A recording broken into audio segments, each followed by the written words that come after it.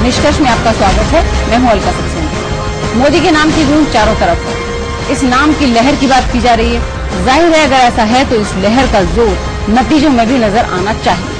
खास तौर से कम उस राज्य में तो ये लहर खासी पुरजोर होनी चाहिए जहां के विकास मॉडल की चर्चा के बूते दिल्ली का रास्ता हासिल करने की बीजेपी की कोशिश है।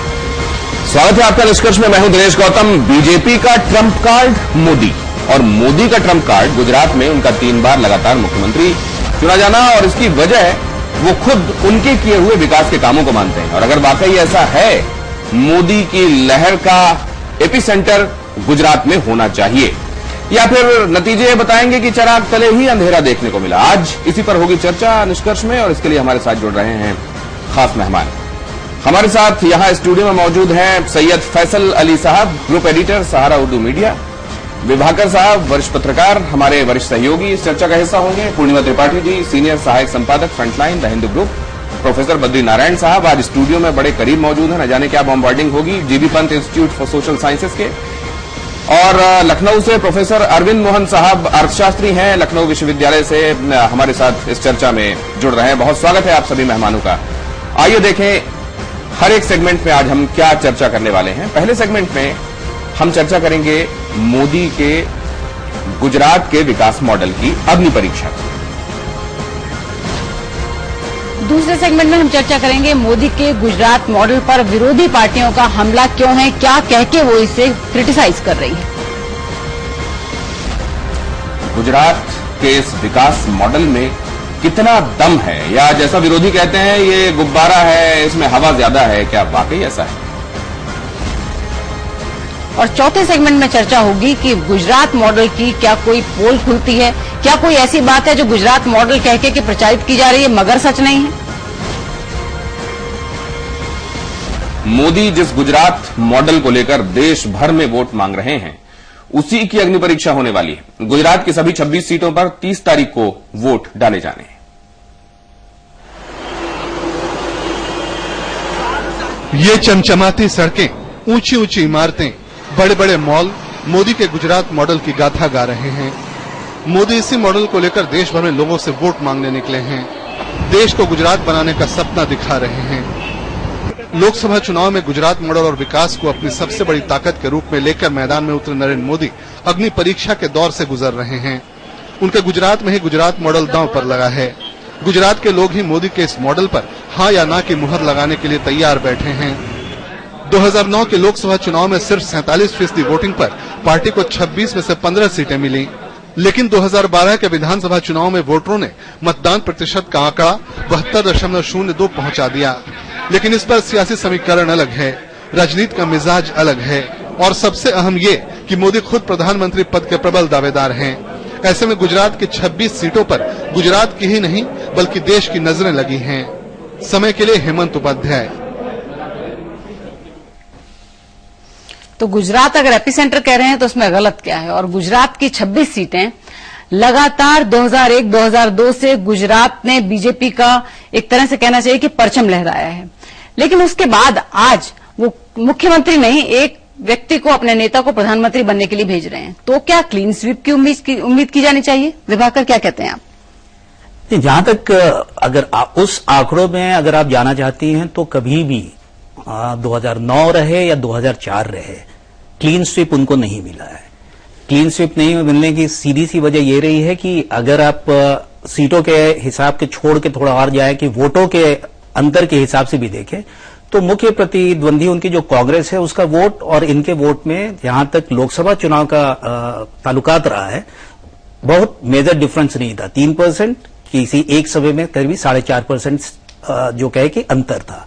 और अलग अलग इलाके हैं जहां पे इनकी अपनी दावेदारी रही है। खास करके अगर आप देखें कि जो शेड्यूल ट्राइब डोमिनेटेड जो इलाका रहा है बनासकांठा और इन सब साबरकांठा और दाहोद, इन सब इलाकों में वहां पे जब जिस विकास मॉडल की आप बात कहते हैं, लोग कहते हैं कि उन इलाकों में उस तरीके की प्रगति नहीं हुई है जिस तरीके की आंकड़ों के लिहाज से ये सब अच्छा लगता है सुनना, और इसी के सेफोलॉजिस्ट इसका हवाला भी देते हैं। लेकिन ये पहली बार है जब मोदी की लहर की बात हो रही है, और ये पहली बार है जब मोदी क्यों कह रहे हैं कि गुजरात से जाएंगे तो प्रधानमंत्री बनेंगे अब की बार। हाँ, लेकिन मेरा उसमें सिर्फ ये कहना है कि वो 272 सीट लाने की बात कह रहे हैं।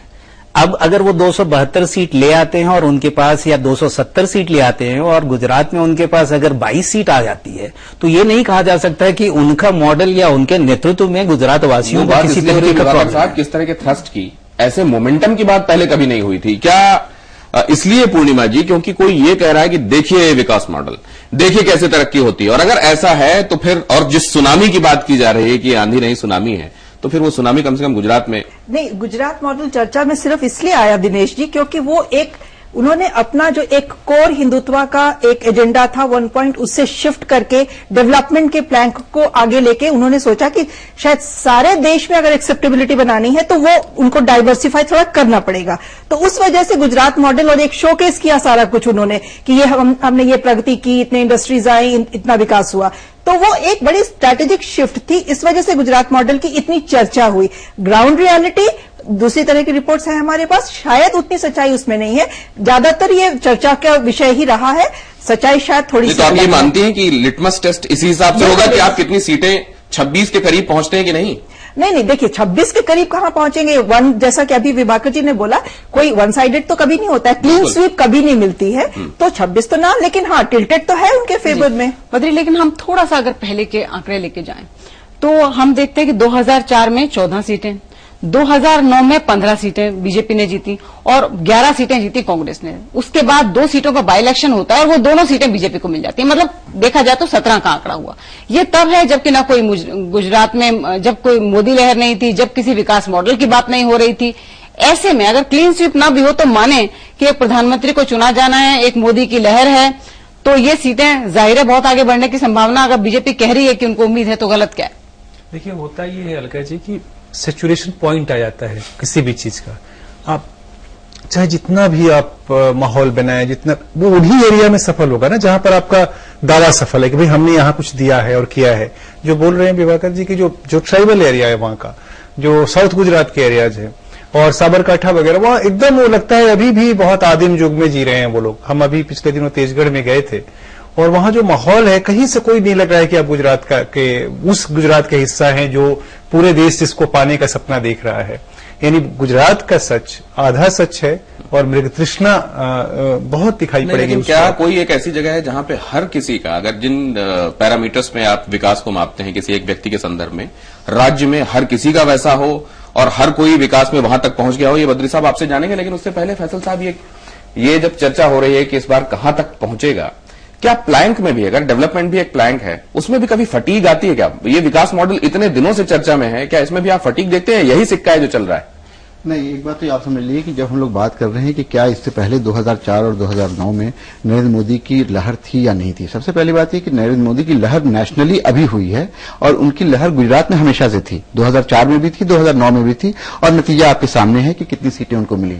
लेकिन जब हम डेवलपमेंट की बात करते हैं, फटीग की बात करते हैं, ये भी समझ लीजिए, जो बद्री ने भी कहा, जो विभाकर जी ने भी कहा कि बहुत साफ समझने की जरूरत है कि क्या गुजरात सिर्फ वडोदरा, सूरत, अहमदाबाद, गांधीनगर है? नहीं, बहुत बड़ा है। डांग भी है, और डांग लेकिन इस तरह के पैकेज तो हर जगह है। हर जगह है। और उनके जब डेवलपमेंटल मॉडल की बात होती है, दिनेश, मैं चाहूंगा कि आप लोग उस पर डेवलपमेंटल मॉडल पे ही बात कीजिए, तो 2-3 चीजें ऐसी हैं जिसमें थोड़ा विकास, क्या अच्छा विकास हुआ है, इसको मानने में कोई हर्ज नहीं है। लेकिन उसके बाद के जो सारे इंडिकेटर्स हैं उस पर कभी चर्चा नहीं होती है। वो बाद के इंडिकेटर्स ज्यादातर वो इंडिकेटर्स हैं जो रूरल बासेस को प्रभावित करते हैं, उन पर चर्चा नहीं होती है। और वो जो है, अभी 26 सीट पे इलेक्शन होने वाले हैं, सिर्फ अर्बन सेंटर्स में नहीं हो रहे, सब पे इलेक्शन होने वाले हैं। तो वो लोग जिनको अभी भी स्वच्छ पानी नहीं मिल रहा है पीने का, वो लोग जिनके यहाँ अभी भी डॉक्टर्स अवेलेबल नहीं है, वो लोग जिनके पास अभी भी पावर नहीं है 8 घंटे, उन लोगों को भी वोट देना है। हम इस पर आएंगे नहीं, गुजरात का जो मॉडल क्या है और वो कहां तक सीमित है या नहीं है प्रोग्राम में, क्योंकि 1 घंटे का और इसमें हम लगातार